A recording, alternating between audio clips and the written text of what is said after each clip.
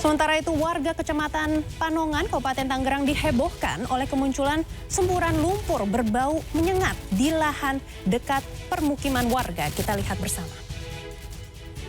Semburan lumpur bercampur gas setinggi lebih dari 2 meter ini terjadi di lokasi penggalian sumur bor di permukiman warga di Kecamatan Panongan, Kabupaten Tangerang, Banten pada Selasa petang.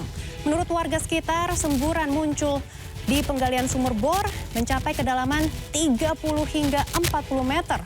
Dan lumpur ini juga tiba-tiba keluar disertai bau yang sangat menyengat.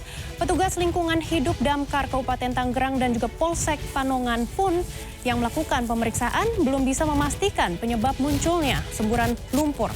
Khawatir membahayakan area sekitar sumur, diberi garis polisi.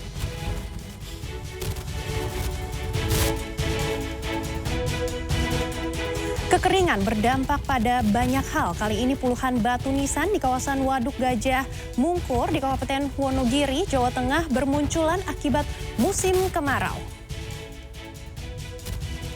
Puluhan makam di area Waduk Gajah Mungkur, Jawa Tengah bermunculan seiring dengan menyusutnya air waduk di Kabupaten Wonogiri ini.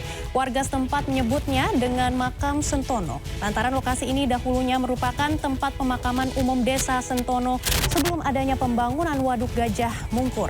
Kemunculan makam ini kerap terjadi saat waduk surut akibat dampak musim kemarau.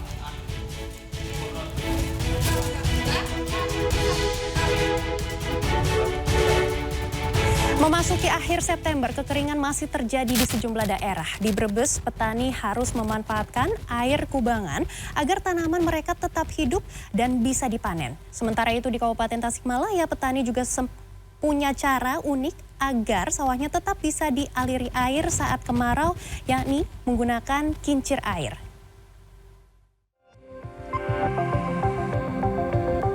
Hampir semua daerah di Brebes, Jawa Tengah terkena dampak kemarau panjang. Tidak terkecuali Desa Buara, Kecamatan Ketanggungan, Brebes. Di wilayah ini tidak ada hujan sejak 4 bulan lalu. Kondisi ini memaksa petani berjuang keras mencari sumber air demi bisa bertani. Durlem adalah salah seorang petani cabai asal Desa Buara yang masih bertahan. Meski tidak ada hujan, ia tetap nekat bertani cabai. Agar tanaman bisa tetap hidup dan dipanen, berbagai cara ditempuhnya. Wanita ini memanfaatkan sisa air kubangan di sungai untuk mengairi tanaman. Caranya adalah disedot dengan mesin pompa air. Untuk sekali penggunaan pompa diperlukan biaya Rp70.000 hingga Rp100.000. Padahal hingga tanaman bisa dipanen, petani harus menyedot 24 kali. Ini nggak hujan sudah berapa bulan, Bu? 4 bulan. Iya, udah ada 4. Seumur jagung berapa bulan? Kalau sampai diunduh itu 4 bulan. 4 bulan. Iya.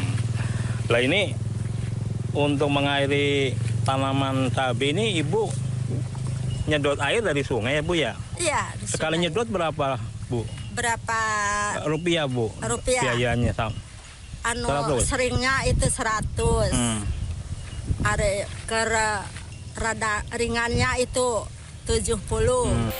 Di Tasikmalaya, Jawa Barat, petani memiliki cara unik agar air sungai yang mulai surut akibat kemarau tetap mengalir ke sawah mereka, yakni menggunakan kincir air.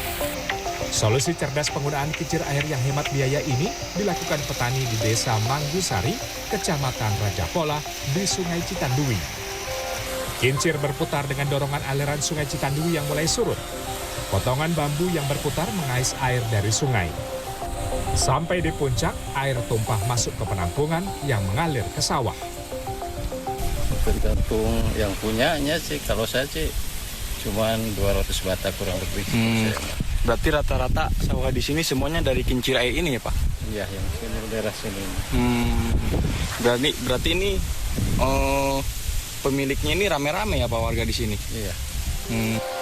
Kincir air bambu memiliki diameter 5 meter. Keberadaan kincir air bisa mengairi lahan sawah seluas 5 hektar.